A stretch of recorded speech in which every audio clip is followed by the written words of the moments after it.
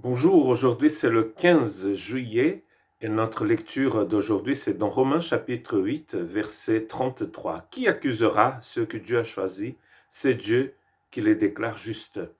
Encore une fois, nous pourrions donc couper cette question, ce verset en deux parties. Et si tout simplement on citait la première partie, on aurait énormément d'êtres, des gens, des circonstances qui lèveraient leurs mains pour nous accuser. Qui accusera ceux que Dieu a choisis? Il y a énormément de personnes qui voudraient accuser ceux que Dieu a choisis. Mais la deuxième partie les empêche complètement de le faire parce que Paul dit c'est Dieu qui les a déclarés justes. Donc personne en fait ne peut nous accuser parce que c'est Dieu lui-même qui nous a déclarés justes. Et tout ce chapitre 8 a été écrit justement pour parler de cela. Je vous rappelle que le chapitre 8 commence ainsi: il n'y a plus de condamnation pour ceux qui sont en Christ Jésus. C'est cette position en Christ Jésus qui nous libère de toute accusation. Il y aura des accusations, mais ces accusations ne peuvent pas marcher parce que c'est Dieu lui-même qui nous a donc justifiés. C'est lui qui nous a rendus justes. Comme vous savez, c'est le thème même de cet épître. Depuis le chapitre 3, il ne cesse de nous dire que nous pouvons être justifiés par la foi. Étant donc justifiés par la foi, nous avons la paix avec Dieu. Romains 5, 1. Et c'est lui-même qui nous justifie. Nous avons vu ça dans le chapitre 6. Par sa mort et sa résurrection, le Seigneur nous rend complètement libres. Nous pouvons être complètement libérés de l'esclavage du péché. Donc, qui pourra nous accuser? Mais c'est vrai que nous avons quelqu'un qui s'appelle d'ailleurs l'accusateur, le diabolos, et nous trouvons une histoire très intéressante où ce personnage rentre en scène. Cette histoire est écrite dans le livre du prophète Zacharie. Le prophète Zacharie, c'est un prophète qui exerçait son ministère quand le peuple d'Israël est rentré de 70 ans en Mésopotamie, à Babylone. Et en fait, tout est à refaire. D'ailleurs, ils ont dû reconstruire les remparts de Jérusalem, et avec Esdras, ils ont dû reconstruire le temple, et Néhémie, les remparts.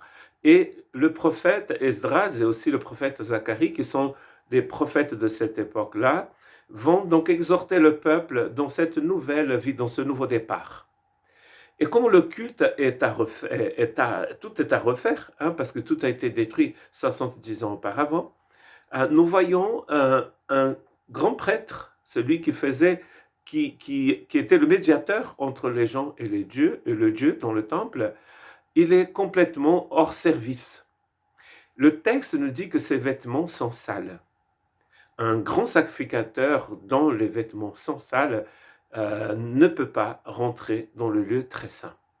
Nous non plus, si nos vêtements sont sales. D'ailleurs, dans Apocalypse, nous allons voir que les vêtements de ceux qui suivent l'agneau, partout où il va, ils ont été lavés. Et là, donc, c'est Satan lui-même qui vient pour accuser le grand sacrificateur qui s'appelait Josué. Et donc, en fait, c'est écrit dans le verset 2, le verset 1 et 2 du chapitre 3, « Il m'a fait voir le grand prêtre Josué debout devant l'ange de l'Éternel. Et Satan qui se tenait à sa droite pour l'accuser. L'Éternel a dit à Satan, que l'Éternel te réduise au silence, Satan. Que l'Éternel te réduise au silence. Lui qui a choisi Jérusalem, celui-ci n'est-il pas un bout de bois arraché au feu? Dieu nous a arrachés au feu et c'est lui-même qui dit à Satan, va-t'en. C'est Dieu qui nous justifie. C'est Dieu d'ailleurs qui va justifier le grand prêtre Josué ici. Et par la suite, si vous lisez Zacharie chapitre 3, ce grand prêtre va recevoir des vêtements blancs et un turban aussi purifié et il va pouvoir exercer son ministère de grand prêtre. C'est Dieu qui a changé nos vêtements et qui nous a donné des vêtements qui ont été lavés dans le sang de l'agneau. C'est ce que nous trouvons dans Apocalypse 12, 10 et 11. Puis j'entendis dans le ciel une voix forte qui disait, « Maintenant le salut est arrivé, ainsi que la puissance et le règne de notre Dieu et l'autorité de son Messie. En effet, il a été jeté dehors, l'accusateur de nos frères et sœurs, celui qui les accusait jour et nuit devant notre Dieu. Ils l'ont vaincu grâce au sang de l'agneau et grâce à la parole de leur témoignage. Et ils n'ont pas aimé la vie au point de craindre la mort. Donc à la mort et la résurrection de Jésus, l'accusateur a été jeté dehors, comme dit ce texte. L'accusateur des frères et sœurs.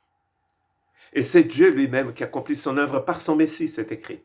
Et dans un autre texte d'Apocalypse, nous allons trouver cette foule devant le trône de l'agneau et ils chantent. Et le texte nous dit qu'ils chantent parce qu'ils ont lavé leur robe dans le sang de l'agneau. La robe que nous avons vue dans Zacharie chapitre 3, la robe du grand prêtre. Car nous sommes un royaume de sacrificateurs pour Dieu le Père, nous dit Pierre. Il n'y a plus de condamnation pour ceux qui sont en Christ Jésus. Et qui pourra nous accuser? Plein de monde aurait bien aimé le faire, mais ils ne peuvent pas, car c'est Dieu qui nous a déclarés justes, lui-même.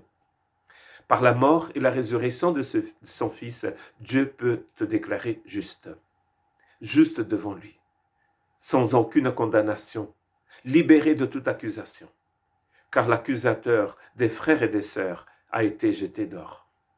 Que Dieu vous bénisse.